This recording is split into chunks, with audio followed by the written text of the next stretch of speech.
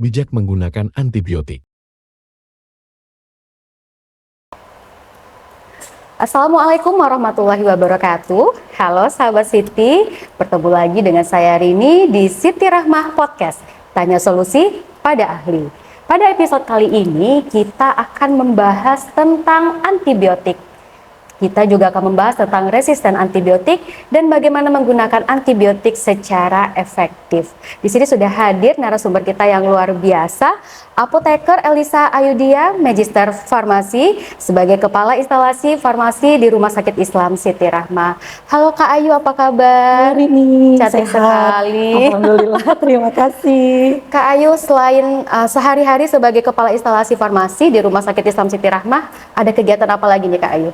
Oh iya, baik. Selain sebagai Kepala Instalasi Farmasi di Rumah Sakit Islam Siti Rahmah, kebetulan saya juga dipercaya sebagai dosen tetap di Prodi Farmasi Klinis Fakultas Ilmu Kesehatan Universitas Baitur Rahmah Padang. Wow, luar biasa produktif sekali ya Kak Ayu ini.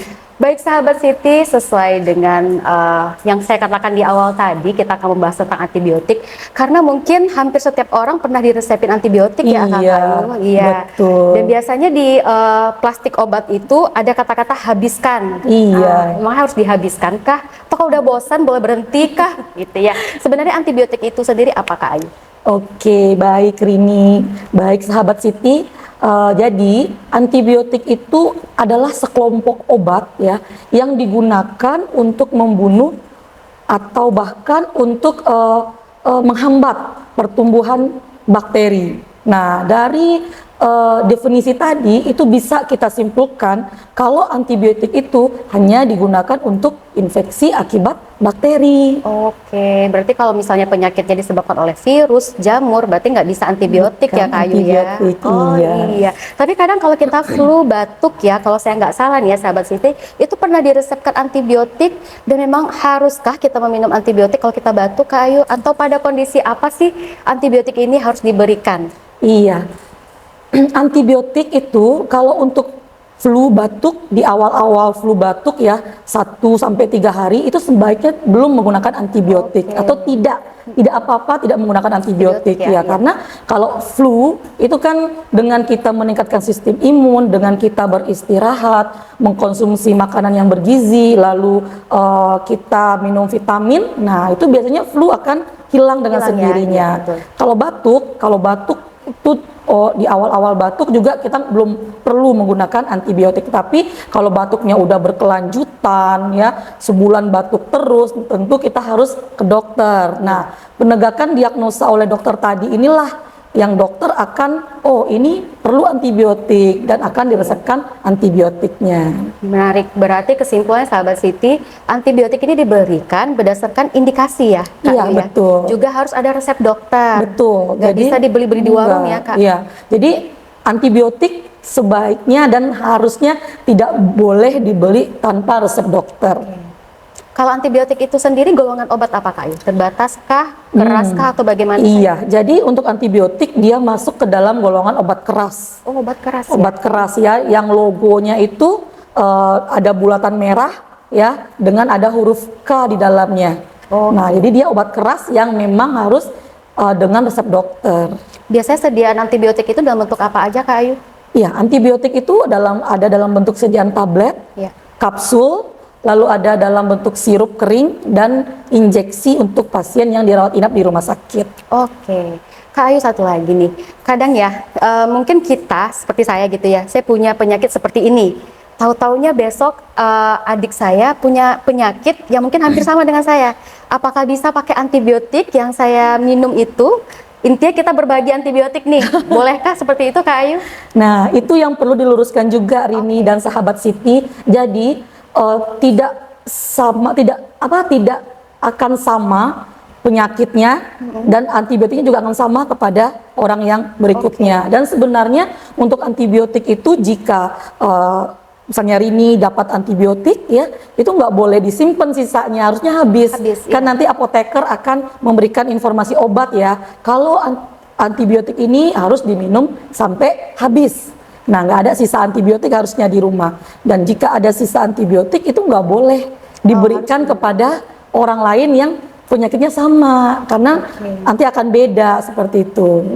Dan selain itu juga mungkin antibiotik ini ada peluang untuk masing-masing orang alergi gitu ya? Iya. Atau mungkin tidak cocok?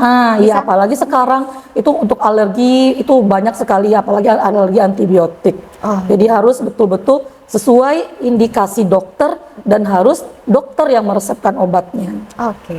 Ngomong-ngomong masalah habiskan antibiotik ya Kak Ayu ya, itu ada durasi tertentu untuk minum antibiotik Kak Ayu, seperti 3 kali atau 5 kali, dan itu berdasarkan apa biasanya dokter melihat? Oke, jadi untuk durasi atau lama penggunaan antibiotik, jika untuk pasien yang dirawat jalan, itu boleh menggunakan antibiotik 5 sampai 7 hari.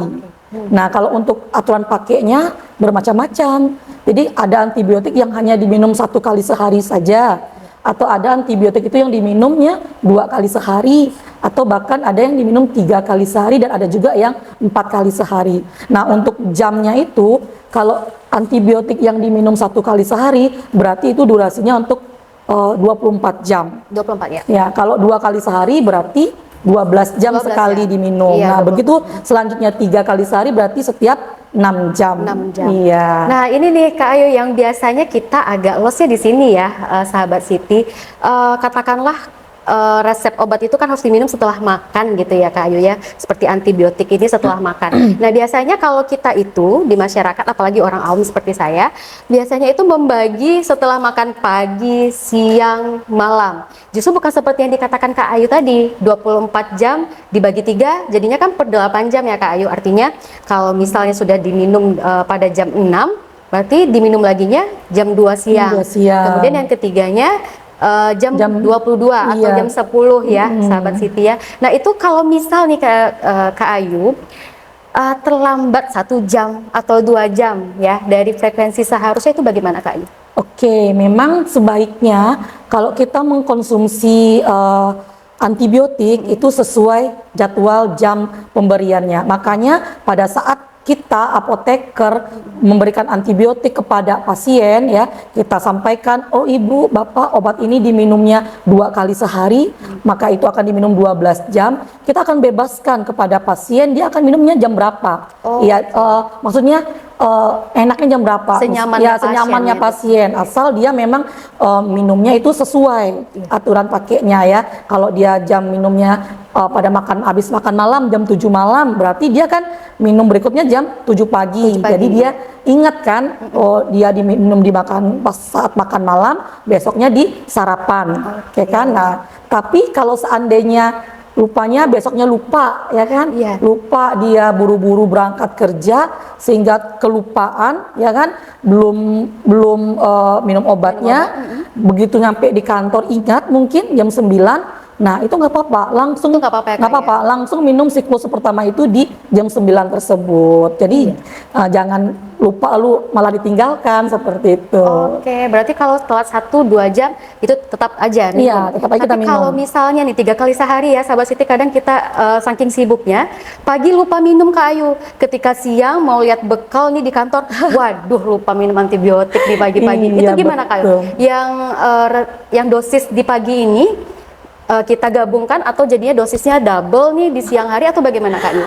Oke, baik ya. Jadi kalau seandainya misalnya tadi ya minum obatnya 3 kali sehari, di pagi kita lupa minumnya, lalu nanti harusnya masuk siklus yang minum obat kedua. Iya. Sehingga baru ingat, oh iya lupa nih minum antibiotik yang tadi pagi. Apakah kita minum obatnya double? Ya, jangan ya. Jadi jangan kita minum antibiotiknya double, tapi minumlah antibiotiknya lagi pada siklus tersebut. Oh, tetap lanjutkan sesuai dengan sesuai jadwal. jadwalnya, dan ya kita lupakan aja, nggak masalah. Jadi kita lanjut siklusnya dan diharapkan siklus berikutnya kita nggak lupa lagi. Oke, Gitu. ya, siap. Menarik sahabat Siti, sebelum kita lanjut, tadi minum antibiotiknya setelah makan. Haruskah setelah makan Kak Ayu? Kalau kita nggak makan dulu langsung minum antibiotik, ada efek samping atau kejadian-kejadian apa Kak Ayu? Oke, baik. Memang untuk minum obat, kenapa kita banyaknya menyarankan di sesudah makan. Nah, itu mengingatkan saja sebenarnya, itu seperti habitsnya kita aja. Oke. Tetapi memang kalau untuk antibiotik itu nggak ada sebenarnya efek samping jika diminum sesudah atau sebelum makan. asalkan memang kita nggak ada keluhan ya. Kadang-kadang memang ada yang kita minumnya sebelum makan itu bikin mual kan, makanya itu aja, makanya sesudah makan, kecuali obat-obat tertentu ya, obat untuk lambung yang memang harus diminum pada saat perut kosong. Kalau antibiotik itu menghindari aja, jangan mual itu sebenarnya, makanya diminumnya sebaiknya memang sesudah makan supaya jadi pengingat juga ya. Jadi pengingat juga. Kita kan makan 3 kali sehari ya Kak Ayu. Iya betul. Baiklah Kak Ayu, lanjut lagi nih soal durasi antibiotik ini menarik ya, sahabat Siti. Kalau misal nih Kak Ayu, dikasih resepnya untuk 5 hari nih misal, tapi kepotong atau terhenti ya, jadi total Potong gitu ya. kepotong ya Bun, jadi totalnya hanya 3 hari. Iya betul. Nah itu bagaimana Kak Ayu, bisa disambung lagi di hari kelima atau bagaimana? Iya, kalau terhentinya pengobatan, tentunya kita harus mulai lagi durasinya dari awal. Dari awal lagi? Iya, untuk antibiotik ini ya. Jadi memang efektifnya antibiotik itu 5 sampai 7 hari. Walaupun gejala penyakit awalnya udah sembuh ya, tetap antibiotiknya diminum sampai habis. Habis ya, oke. Iya. Kalau seandainya terputus, terbiasa seperti itu tuh Kak Ayu, apa akibat yang ditimbulkan? Nah, inilah yang kita takutkan ya, Rini dan sahabat Siti ya. Kalau sampai setiap kita selalu minum antibiotik nggak tuntas ya, nanti akan muncul namanya resistensi antibiotik. Nah, Apa itu resistensi? antibiotik ini itu tuh adalah kondisi di mana nanti akhirnya bakteri itu kebal terhadap antibiotik. Ini nggak ada mempan lagi terhadap antibiotik. Nah sebenarnya namanya makhluk Tuhan ya, bakteri itu sendiri dia juga punya kemampuan alamiah untuk dia terhindar dari efek antibiotik sebenarnya. Nah kalau kita gunakan antibiotik yang tidak tepat seperti tadi, sering putus, nah inilah yang memperparah keadaan tersebut, yang akhirnya nanti dapat menyebabkan antibiotik itu tidak lagi peka dengan bakterinya, nggak bisa lagi dia bunuh bakterinya. Kalau sudah tidak bisa lagi membunuh bakteri, berarti nanti bakterinya berkembang pesat di tubuh kita dan akhirnya sakitnya tambah berat ya. Memang resistensi antibiotik ini menjadi fokus WHO ya Kak Iya Ayu, ya. betul. Karena juga ini ada data, memang ini datanya cukup lama, tapi masih akurat ya Kak Ayu ya. Betul. Menurut WHO, angka kematian akibat resistensi antibiotik sampai tahun 2014 sekitar 700.000 orang per tahun. Ini banyak sekali ya Kak Ayu ya. Dengan cepatnya perkembangan dan penyebaran infeksi akibat mikroorganisme resisten, pada tahun 2050 diperkirakan kematian akibat resistensi antimikroba lebih besar dibandingkan kematian akibat kanker. Waduh, ini luar biasa sekali ya efek sampingnya ya Kak Ayu ya. Aduh, kalau gini Kak Ayu, kalau antibiotik ini ada golongan-golongan lagi nggak Kak Ayu? Iya, jadi memang kalau dalam farmasinya, dalam bahasa farmasinya, antibiotik ini memang banyak golongannya. Golongan ini dibagi berdasarkan mekanisme kerjanya dan bakteri apa yang bisa dia bunuh. Ya, kayak golongan penisilin ya. Golongan penisilin itu kayak amoksisilin, Itu sering. penisilin. Nah, iya. Itu sering kita dengar. Iya, amoksisilin itu merupakan antibiotik yang paling tua. Umurnya udah 70 tahunan itu. Waduh, tua dari Kak Ayu ya. Iya, ini udah, dan dia sangat familiar kan di Iya, masyarakat. benar. Nah ini yang mau kita ini kan dulu aja, kalau flu batuk ke apotek beli amoksisilin, katanya itu obatnya, padahal bukan. Bukan, Iya. karena ternyata antibiotik ini sesuai sasaran juga ya Kak Ayu. Misalnya infeksinya di tulang itu beda lagi. Beda lagi. Kemudian ada infeksinya mungkin entah di, ya seperti Kak Ayu Iya, katakan di saluran nafas, cerna. itu juga Terus beda lagi karena penggolongan antibiotik itu banyak sekali ya kan. Dari penisilin nanti ada turunannya lagi yang namanya cefalosporin. Nah, yang kayak cefalosporin itu kayak cefixim, cefadroxil. Kalau di rumah sakit yang dalam bentuk injeksi, ceftriaxone. Nah, jadi banyak sekali. Ada belum lagi golongan aminoglikosida, golongan tetrasiklin. Nah, itu banyak golongannya dan itu digolongkan berdasarkan mekanisme kerjanya. Nah, itu ya sahabat Siti, tentu saja golongan ini kita orang awam tidak akan tahu ya, Kak Ayu ya. Jadi makanya kembali lagi ke resep dokter, itu yang pertama. Yang kedua, konsultasikan atau tanyakan betul-betul dengan apoteker. Iya. Ya, jadi apoteker di rumah sakit, jangan sekedar jemput aja, terus ibu pergi, bapak ibu pergi, tapi juga tanyakan ya, Kak Ayu Iya, ya. Terlebih betul. lagi untuk resep antibiotik ini.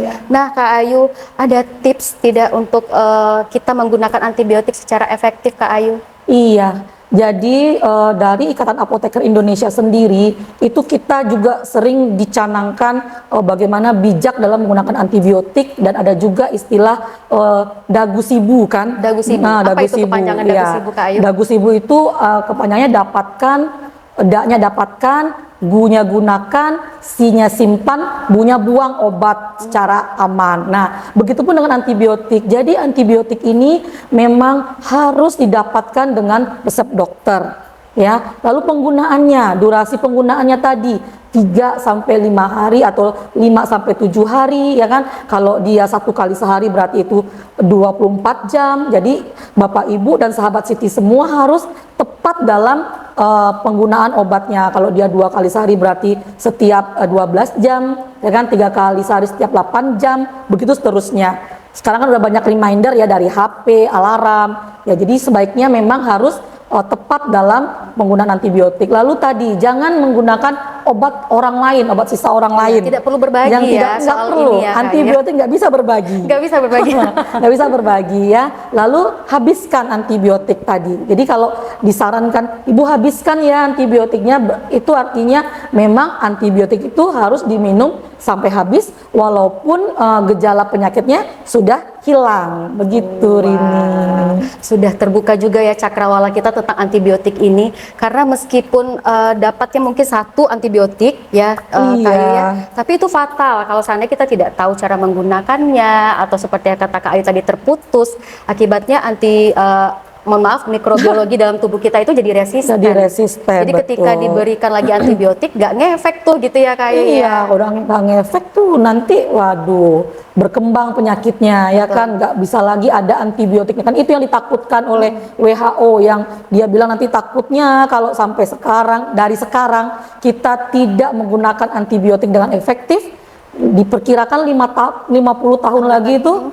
kematian terbesar itu adalah akibat resistensi antibiotik ini. Wah. Nah, sahabat Siti, itulah tadi pembahasan kita tentang bijak menggunakan antibiotik. Nah, sahabat Siti, setelah ini mudah-mudahan sahabat Siti bisa menyampaikan pesan kesehatan kepada keluarga kita di rumah atau sahabat Siti dimanapun berada untuk tetap bijak menggunakan antibiotik. Jangan lupa like, subscribe, dan share video ini sebanyak-banyaknya. Sampaikan ilmu walaupun satu setiap harinya. Sampai ketemu di episode selanjutnya. Wassalamualaikum warahmatullahi wabarakatuh.